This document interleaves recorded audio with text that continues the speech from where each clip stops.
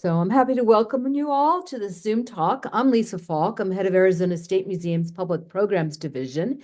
And Arizona State Museum is part of the University of Arizona, located in Tucson on the ancestral lands of the Tonatim and Pasco Yaqui. Now, let me introduce you to Bobby Stills. He draws on a deep personal connection to both his cultural heritage and modern urban life. His early passion for action figures reveals a gap in the market. He could not find collectibles that truly represented his identity. In response to this challenge, Bobby harnessed his creativity and began to craft custom action figures that reflect his unique perspective and cultural background. His artistic vision was shaped by his experience living in Los Angeles. Employing vintage figureheads and engaging in the practice of kitbashing, a method of creating personalized figures by combining raw materials and existing parts, Bobby meticulously customizes every detail of his creations, imbuing them with vibrant street life and Native American identity. Rather than dressing his figures in traditional regalia, Bobby outfits them in custom-made apparel inspired by the fashion of LA street culture. This combination of Lipan Apache heritage and contemporary street style communicates a powerful message. We're still here. Bobby Still's art serves as a testament to the power of self-expression, cultural pride, and the importance of representation.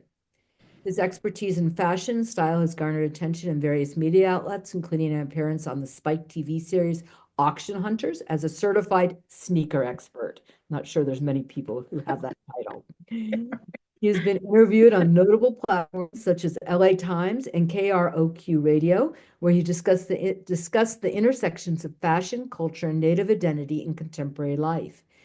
Beyond his artistic practice, Bobby is a member of the Oahu Intertribal Council, where he advocates for Native communities.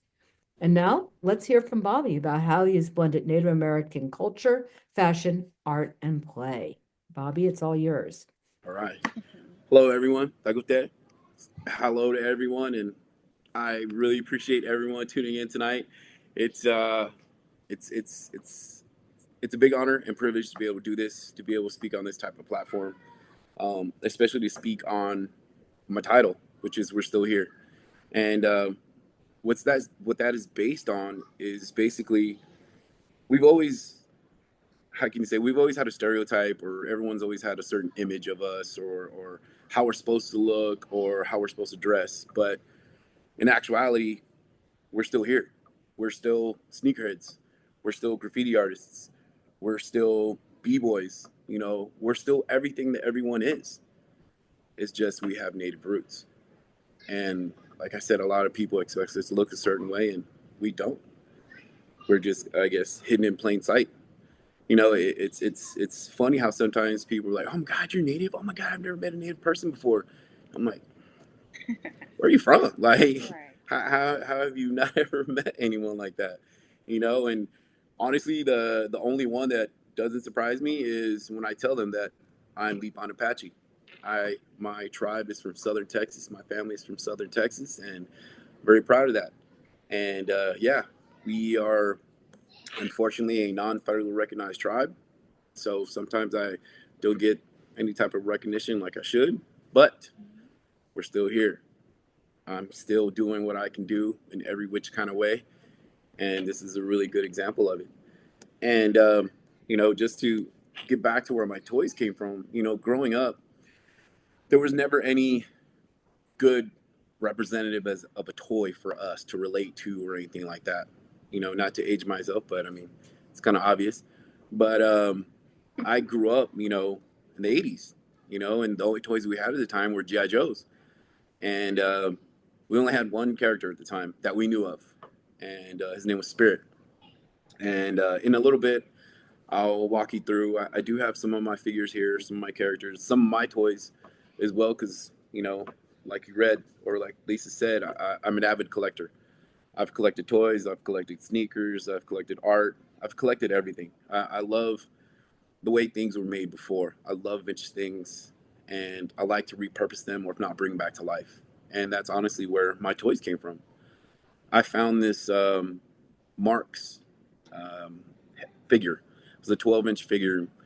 The head was maybe about 3 inches tall, and I found that one day, and I was like, man, that's a really cool face. Like, but the original figure is literally just, it's non-articulate. It literally just arms move and legs move. And I saw that as an opportunity to create something modern. I love the way my GI Joes were articulated. They weren't fully articulate, but they articulated a little bit more than like a Star Wars figure or anything like that. So it was my opportunity to create something. And because of COVID, I actually had the time to do it. And so that's where it sparked from. And from there, I started. My main focus is the details. And if you've ever met me, I always tell you it to look like a real person. And the really cool thing is the way I do the forced perspective on pictures. I'm not a photographer, but the way I do it a lot, I love hearing people say, I was like, oh my God, I thought that was a real person, and I had to do a double take. And I love that. That just goes to show that I did something right. I accomplished the look I was going for. But yeah, it's I guess you could say my toy journey is ever since I was a little kid. And like I said, I'll show you some of my toys that I had as a kid, and I still have them. I had a vintage Tonto from the Lone Ranger, and I have my Spirit GI Joe from when I was a kid as well. And ever since then, it's just been an addiction. And of course, yes, I do love Star Wars too, because like I said, I aged myself. But yeah, I carried that on, and I made actually my Star Wars figures cooler than they were when they actually made them. So yeah, growing up and not having that representation it sucked, and so I always had that stuck in my head of like at one day, like I was like, man, I really would have a figure that looked like me, that was brown skin, that had long hair, or just the whole skin tone thing, makes a big difference. And so that's the roots of a lot of my things. And growing up, I was born in Houston, Texas, and eventually moved to LA and spent most of my adult life in LA. And it reflects a lot in my figures. My characters represent a lot of myself. I wasn't raised traditional, so I never thought about doing any figures traditionally or in regalia or anything like that. I created my characters in a reflection of me. Tattoos, long hair, sneakers, cuff pants. If you know me, I've had my pants cuffed since like 2010. So it all started from riding fixed gear. So ever since then, it just stuck. So, but yeah, they are an exact representation of myself. And some of the beautiful things that I've been able to do with that is whenever someone would commission a toy for me, it was pretty cool that I'd ask them things about themselves, or, certain little things. So that way, when I made the toy, it was a reflection of them. Not only me, but it was a reflection of them. Um, Shout out to my Morongo relatives. Um, I bring you guys up simply because I've done several figures for, several relatives there. And I've been able to use their logo by permission of them, of course. And I put it on the clothing for them. So, of course, it made it more traditional, and I mean, more relatable. And it's been a super cool journey to see that, and to see how people relate to it. And I even had one commission for someone who was Bear Clan. So it was really cool that I was able to find an actual. I did a bear claw tattoo on the figure, and I actually found like a bear claw necklace. So it was relatable to them. Not only does it represent me, but of course it represents them as well. So, but yeah, it's been a really cool journey. And before we get too far off or too off track, I want to show you what I was talking about. So that should be a good picture right there. So I guess on your left is some generic old native figure. I can't remember what it was from. It's something Force or something like that, which, it was a toy that I bought just because, the resemblance. And of course, the character in the middle is Spirit from G.I. Joe. And that's actually mine ever since I was a little kid. And that Tonto, unfortunately, I didn't grow up with that one. Um, my original one got thrown in the toilet by my cousin. So I was lucky to find that one like, 20 years later. And so now I really cherish it. So, and to your left as well, or to your right. I'm not sure whichever, but my passion for Star Wars extends all the way. Um, with the Stormtrooper bucket, fully articulate. It's basically my interpretation of what happens when a stormtrooper or when the Empire falls and a stormtrooper goes back to normal. Can't ever take off your bucket. And my little Pocahontas is there as well. She'll be available at the Tucson Book Fair. She's still a work in progress. Her hair's a little bit of a mess right now, but I wanted to show you guys just a little sneak peek. And yes, the cuffs on her are actual real sterling silver. And of course, Uncle Jerry. He's been a fan favorite. My Uncle Jerry. It's this is the actual vintage Geronimo. I forgot the name of the company, but it's an actual Geronimo head, and I just found the head, and of course I put it on a newer articulated body. He is also a work in progress. You can kind of see the direction where I'm going with this one. He's just a little bit more loked out, and once again, his cuff is sterling silver. All the sterling silver I do myself. It's all hand stamped, and even the turquoise, majority of it is all done by me. Those earrings I didn't do. My hands are too big for that. But if it does have a turquoise necklace or any turquoise jewelry, it's usually done by me. And last but not least is my crown dancer. And even I said it before that I don't do any traditional toys. But these crown dancers, these pieces have been very special to me simply because um, I saw a crown dancer maybe a year ago at Heard Museum, and it was just the most beautiful wooden kachina I've ever seen. And for some reason, ever since then, I kept having visions and dreams of crown dancers. And so I called my really good brother Paul from San Carlos, and we talked about it. And I told him, I was like, dude, I can't do something that traditional. I was like, I just can't do it. And he told me, he goes, it's a vision being sent to you. He's like, you really just need to sit down and create it. And I did. And the very first one I created, I gifted it to him. And ever since then, I've made a couple more, and it's been the most, I guess, say, gratifying pieces I've ever made. For to do that much detail and to make mocks that I've I've never even worn before or anything like that. Like for me to be able to make something and create something like that just out of visions and images, it's been a very gratifying feeling and a very proud moment for myself. And it's pretty cool how they just come alive. Once you put everything together and they just stand there, it's this super majestic, beautiful piece. And yeah, I hope to make more. And for me, it's been called the modern day kachina.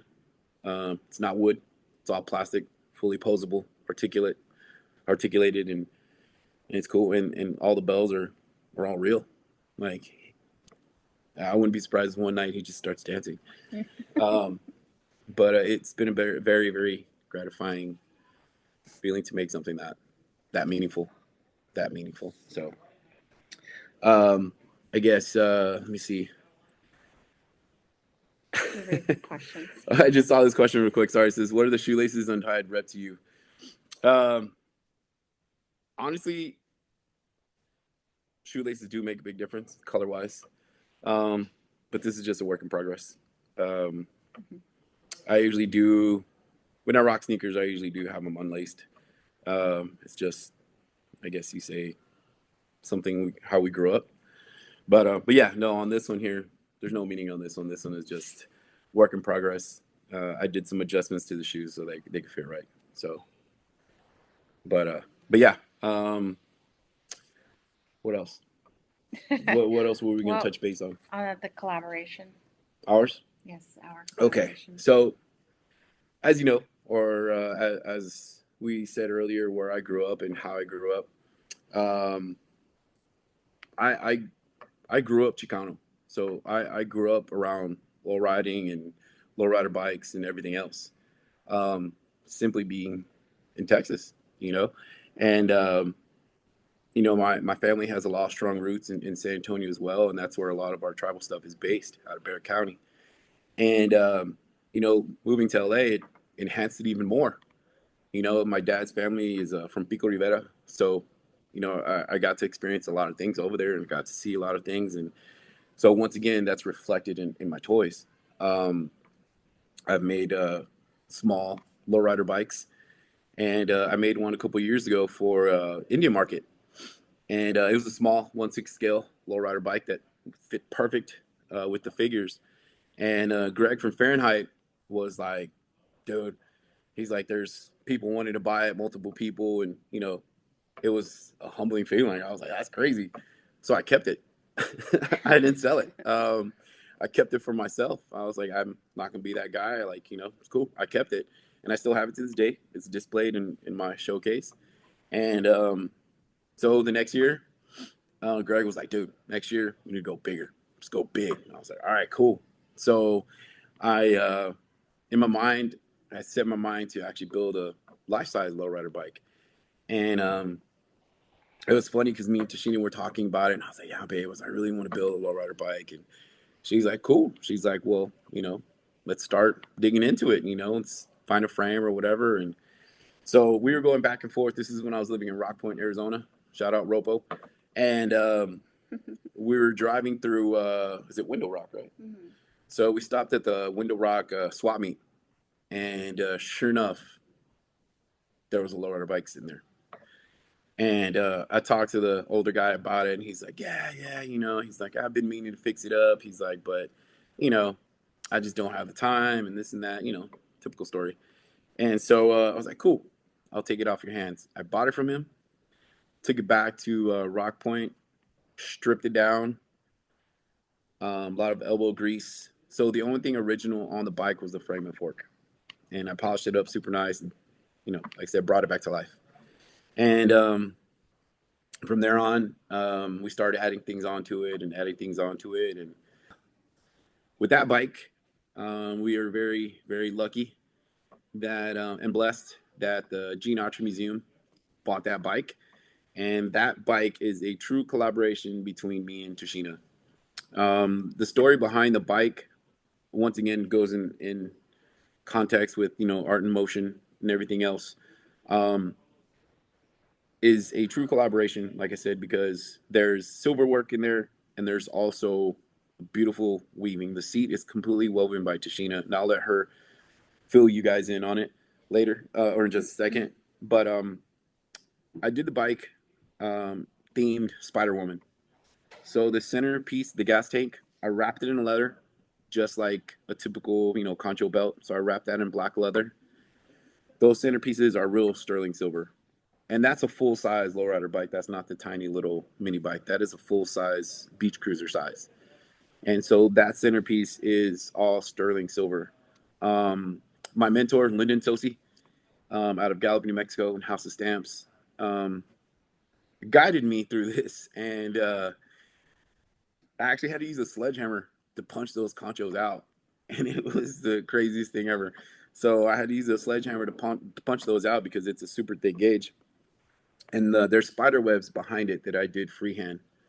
And of course, everything else is all brand new. So like I said, I brought the bike to life, back to life. And saddlebags are all handmade. I was actually on our way to Indian Market, and I was sewing them in the truck, just was trying to get them done before the show. So I was hand sewing them in the truck, and so they're all made from scratch. And actually, I'll let Tasheena tell you about the seat. So the seat is, if you know anything about Navajo weaving, is typically it's done on a rectangular shaped loom, and so weavings typically will be in a rectangular shape. And what had inspired me to do this is, for one, Bobby. He had this vision to do a collaboration, so he was actually the one that pushed me to step outside the box a little bit. And that's one thing that I'm very grateful of, to have him as a partner. And yeah, he pushes me, to other levels that I would have never thought that I would push myself. So thank you for that, Bobby. So another thing that also inspired me to make this seat is, I would notice a lot of times, um, a lot of people would collect vintage rugs or vintage weavings, and they'll cut them up and turn it into a handbag, or for whatever purpose that they wanted to use that for. So as a weaver, that really hurt me, because I wouldn't want anyone to destroy any of my pieces. So that was part of the inspiration, was I wanted to create this weaving that would fit the banana seat perfectly. So nothing was cut down. I actually wove the seat exactly to the shape of the banana seat. So it only took me 2 tries, and I was actually very grateful that it fit perfectly. It was just actually just It was a perfect fit. yeah. And just in case you guys can't see the colors on there, it's there's Dodger blue in there, by the way. Yeah, Go there was Dodgers. no way to like capture a better photo with the weaving and the bike alone. So it's one of those details that you have to see in person, unfortunately. Yeah. So, but luckily you can, and it's going to be at the Autry Museum in LA. Yeah. So And then check it out. yeah. And then also too, like if we can go back to I guess the figure that started it all, which is that one. Yes, that was one of my most favorite. I guess my most favorite characters.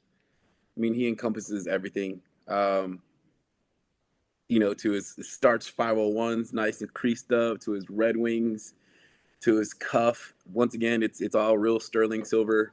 It's a tiny little Bogart that I made. His ring is actually I don't know if it's in that picture, but he has a ring that's turquoise and sterling silver. He's got his flipped up hat, turquoise necklace. You can't see it, but my logo is on the back of that shirt. And that Indian motorcycle was super cool. I bought that, about a couple years before the actual Indian market, and it was just coincidentally that Indian was one of the sponsors, and I was like, oh my god, dude! I was like, perfect timing. I was like, this couldn't be any better. And so I took that bike and cleaned it all up. It was one of those vintage toy bikes that I found on eBay. I cleaned it up as much as I could. I wanted to keep all the patina and scratches to make it, keep the realness to it. I added a bunch of little decals and feathers, and uh, once again, uh, handmade saddlebags with leather. I wrapped the seat in leather, and then the hand grips are all leather, and that is sterling silver and turquoise also on the saddlebags. And there's a tiny little like roll blanket on the back that I made from some scrap pieces, and it's all buckled up and it's ready to go. Um, but yeah, this is a really really fun piece to make, and I'm stoked on it. Right now, it's with Greg over at Fahrenheit Gallery, but hopefully it'll go to a good home soon because And that's in Santa Fe. in Santa Fe, yes. So yeah, hopefully it'll go to a good home. I love that. I honestly I wish I could keep all my characters, but yeah, no, she'd kick me out. Is that I build them and I love them and I wish I could keep them all, but I can't. So, but yeah, hopefully it'll go to a good home soon. And like I said, it was really fun making that. It was super super cool. Some other ones that I like to point out that were my favorites were. Unfortunately, I don't have pictures of it, but if you go to my Children of the Sun Instagram, I have pictures on it. It's one of them from Indian Market from 2 years ago. Once again, this is about representation. We're still here, and that figure, I put a full suit on him, and literally a full suit with his AIM T-shirt, and he's wearing mocks, and he had a nice little Go-Yard bag and everything else, and it was just cool because, like I said, we're still here, and we're just like everyone else. We do the same things that everyone else does. Just we have native blood, and that's it. but yeah. Anything else we should touch base on, or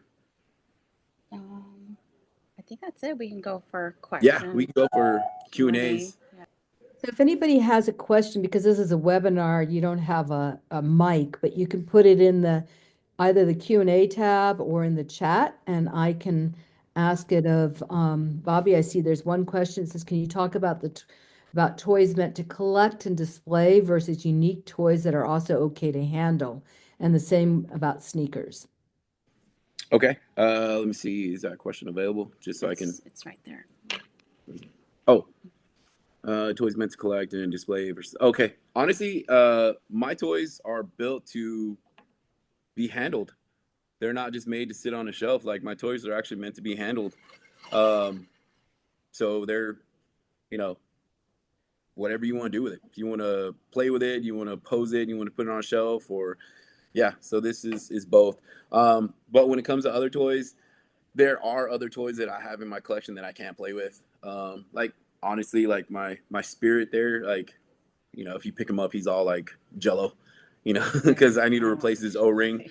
Yeah. Am I allowed to touch it? Yeah, I need to replace his O-ring. But yeah, like I said, my toys are all meant to be played with. I'm not gonna lie, there's sometimes I've dropped them, and as I'm, I guess building them, like I've dropped them and stuff like that, and yeah, they're fine. They kind of like serve a purpose as like mascots for Yeah. I was gonna certain say the people. two Yeah. really good examples are Lyndon Sosi.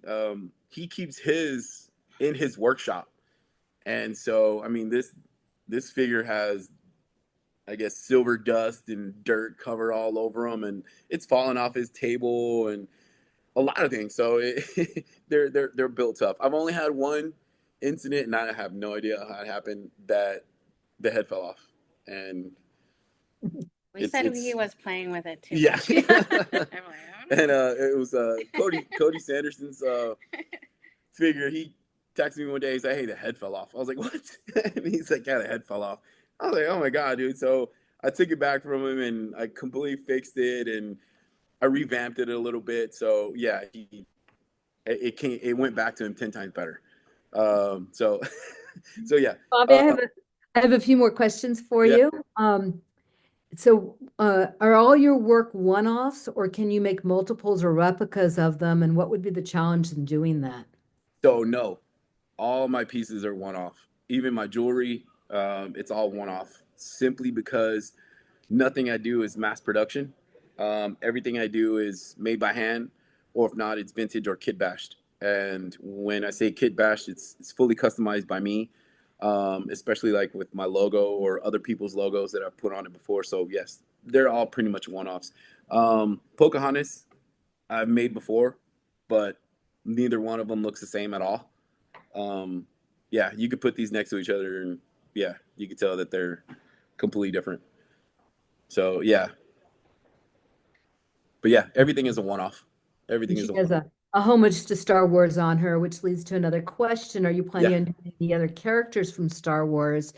I've done Boba Fett before. I've done almost my favorite characters are stormtroopers and Boba Fett. So any stormtrooper that has come along, I've pretty much made it.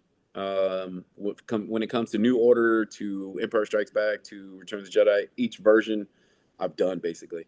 And I think this one is the one I have here is the one from the animated series. So his helmet is just a little bit different. So for those who know about Star Wars, yeah, this is the animated series Stormtrooper. Yeah, and so how long does it take you to create one of them? It takes like 2 to 3 months, depending on what is requested on it, and it takes me some time to either make it or hunt it down or so forth. So, So where do you find the pieces? well, I had a lot more success in LA and other places because there was swap meets everywhere. And it was really cool to be able to go to these swap meets, and you have a lot of people with vintage toys and stuff like that. So that was like amazing for me. So here now, it's kind of here and there. If I go to a random little swap meet, actually Gallup swap meets actually been one of the best places to find old toys. which I love Gallup swap meet. So I've actually found a lot of cool toys there and a lot of older pieces, you know. So and in Phoenix, it's been a little bit more difficult. Like I said, it's not like LA or anywhere else that I've lived where there's just swap meets on them, you know, everywhere. So it's been a little bit difficult, but for the most part, eBay and so forth. So it's you just got to know what to look for. Do you sew the clothes I and you make do, all the jewelry, right? I do. It's it's pretty funny that you know with these you know big old claws that I can actually sew something this small, and even her cuffs. Like if you see my finger compared to her cuff, like you know, it's like Shrek, you know, holding like a little you know Do you toy. make other things in silver or just the decoration, the jewelry for the dolls? No, like I said, I made the adornments for our bike. I do make silver jewelry as well. I do cuffs, I do necklaces, little charms. Yeah, I do a little bit of everything. Of course, she's wearing, you know, one of my bigger pieces. So yeah, I do a lot of Do you stamp have work. some of that to show people at the book festival? I will. I will. So that's what I've been preparing for. So at the book fair, I will have sterling silver. I will have necklaces. I will have these three toys available. And of course, I do have some T-shirts and stuff like that still. But at the book fair, it's mainly my toys and jewelry. So I will have a lot of jewelry. A lot of people do know me for my necklaces. I do a lot of like charm style necklaces, and it's like I say, it's how I started. You know, with Children of the Sun as a brand, and I love using repurposed like silver or earrings or random pieces like that. I'll take them, clean them all up, and make them brand new. You know, so. But yes, I will have everything available at the Tucson Book Fair. So we have two related questions. One is, what is your upcoming projects and what's a dream project that you'd love to do someday? Ooh, Oh good wow. question. Oh man. Um. I would say the truck. Yeah. A dream project is always gonna be a truck, like a real truck. Um. That's something that's a passion that we both share. We both love the same old school Chevy box trucks, and we've always like since we started, we've always talked about getting one, and that would be like a dream collaboration between the both of us. Right. Yeah. But I'm always up to. I want to customize everything, you know, just because I feel like my background from sneakers to streetwear to how I grew up, where I grew up, and everything I've seen and done is a good I guess say a good background for a very interesting piece. And yeah, like I said, I'm hoping to do another bike between her and I. I hope to do another lowrider bike, but a truck would be a dream. I love to do a motorcycle. I love to do it all. Like I'm ready Yeah. for it. You know. Only so much time in the day, right? Yeah. So Desiree, I assume she's in California. She wants to know if you're coming to any California events to sell at anytime soon. For California, we will be at the Gene Autry Show June 7th and 8th. And I guess that's when the bike will be on display. Uh, it should be. Oh, I mean, it should be already in the museum. But yeah, we'll be there, and I'm keeping my fingers crossed. Hopefully, I'll build another bike before then. But once again, there's only so many hours in the day, so. And the best way to find out, to see more of your work and to find out about where you'll be is your Instagram account. Yes, Children of the Sun and Tasheena Littleben, both of us we're always trying to promote where we're going to be at and what we're doing, because yes, this is our life, you know. Um, of course, we do have retail jobs too, but you know. So I have a couple questions. Yeah. Where on these action figures do you sign your name, or do you have a logo or something, that's your maker mark? No, I don't. Uh, I don't actually. That's a Maybe good how one. to I've start. I've always I've always thought about doing like my signature on the bottom, like Andy, you know, like in toys, or yeah. Yeah. I've always wanted to do something like that, but nah. I think honestly, I've had other people try to imitate me, if you want to say, but they don't have the life. They don't have the spirit that my toys have. Like, you know, it's just, I don't know. I guess, like I said, it's a reputation of me, it's a representation of me. So you can feel me when you get it, you know, and so yeah, it's anyone else that's tried to imitate, it just doesn't have the style. Like my toys are super unique. Like So, not to, so you mentioned that the crown dancers came to you in a dream or a vision. yeah. Um, how do your ideas for your other action figures come to you? Um, Same, honestly, the same. Or if I see something that sparks my attention, like a pair of sneakers or a hoodie or something like that, if I see it, I'm like, oh man, that would be so cool with this. Like an outfit will pop in my head, and then I'll just be like, all right, cool, and I'll just put it on a toy. Do you remember that one did a commission piece and Oh, it was yes. for her brother Oh, yeah. and So yeah. once again, Go my ahead. Morongo family, I was commissioned to do a figure, and the crazy thing is she hit me up later, like it was a surprise, and she hit me up later and she's like, oh my god, she goes, my brother and the toy were wearing the same outfit, and I was like, oh my god, I was like, that's so crazy. It was just like a red and black flannel, and I think it was khakis and some black Vans, and I was just like, what? But she was like, yeah, they were wearing the same exact outfit on Christmas when he opened it. I was like, oh my god. Yeah. So that was pretty cool. And also too, another inspiration was my friend Ben West, amazing photographer, and he had a picture of someone wearing a gas mask and a headdress.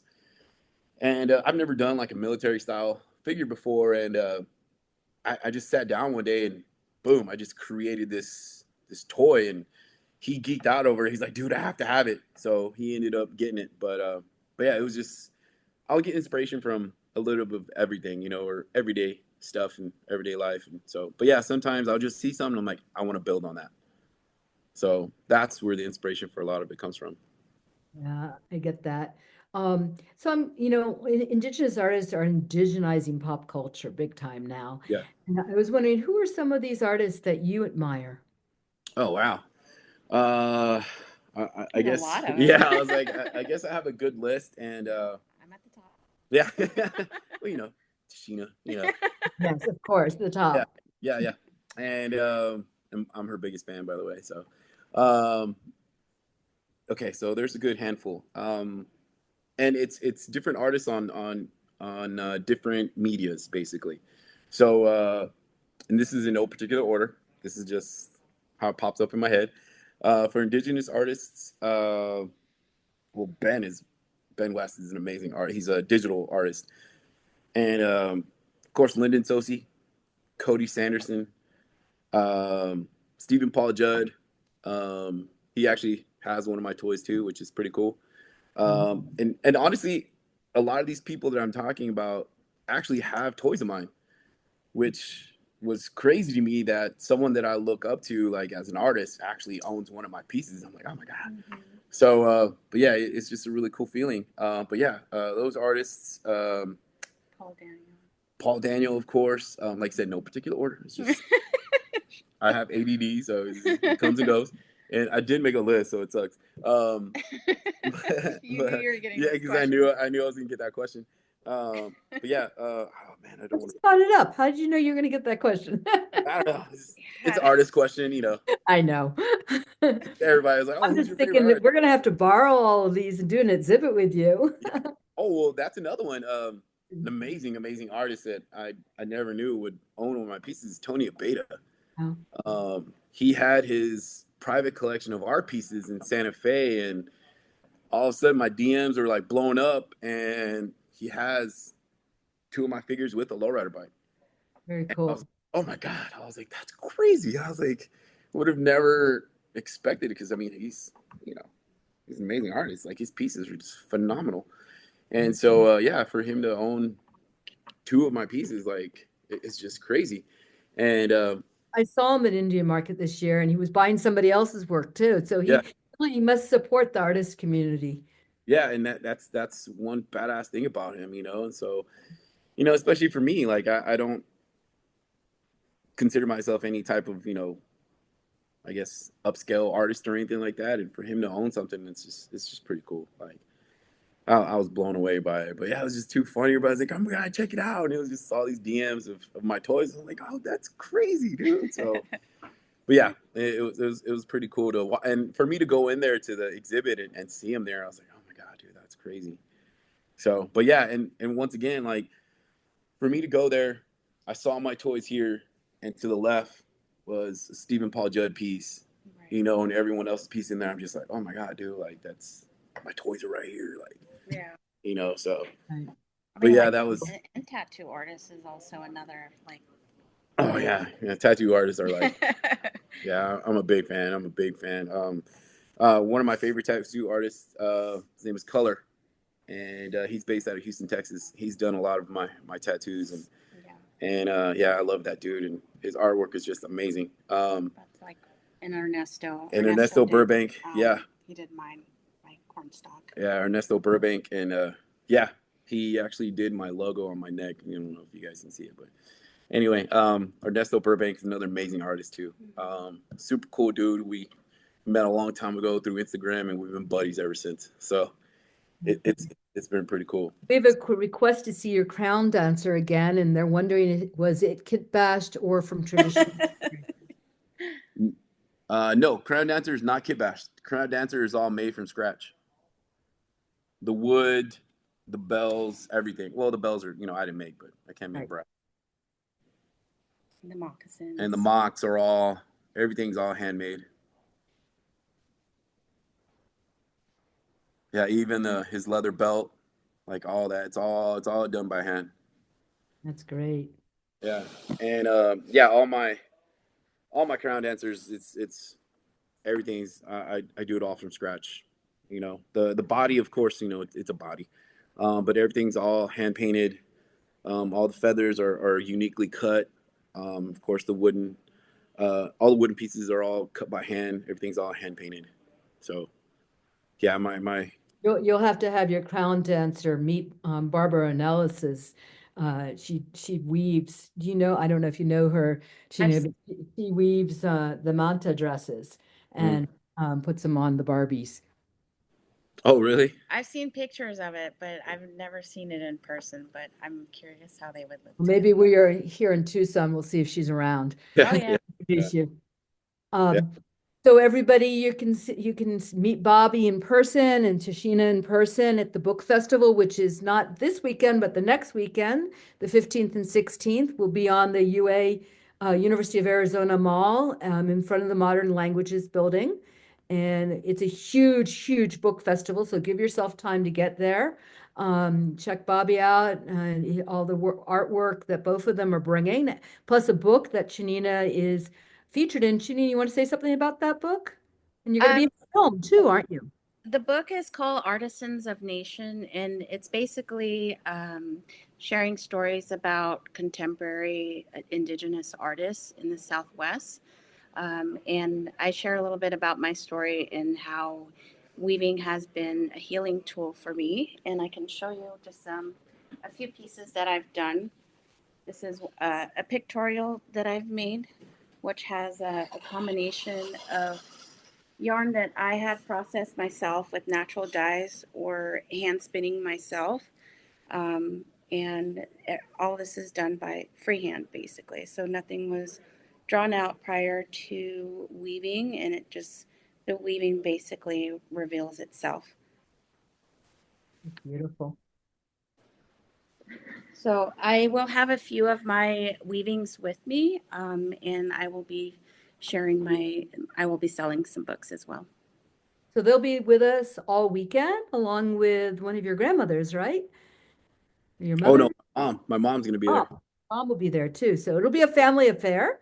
Yeah, Yes. yeah. Down, meet them, see their work, but also see the exhibit. That is how we met Bobby when Jennifer Wan and I were in Santa Fe last year. And we were looking for artists to add to this exhibit called Traditions in Motion. And they are images of their work because it's in a tent at festivals. But you'll be able to see that. There's also an online version of the exhibit on the Arizona State Museum website. And you're welcome to look at that for those of you who are not in Tucson. So with that, I want to thank you both and look forward to seeing you in 2 weeks. Yes, thank All you. right, thank you for having us.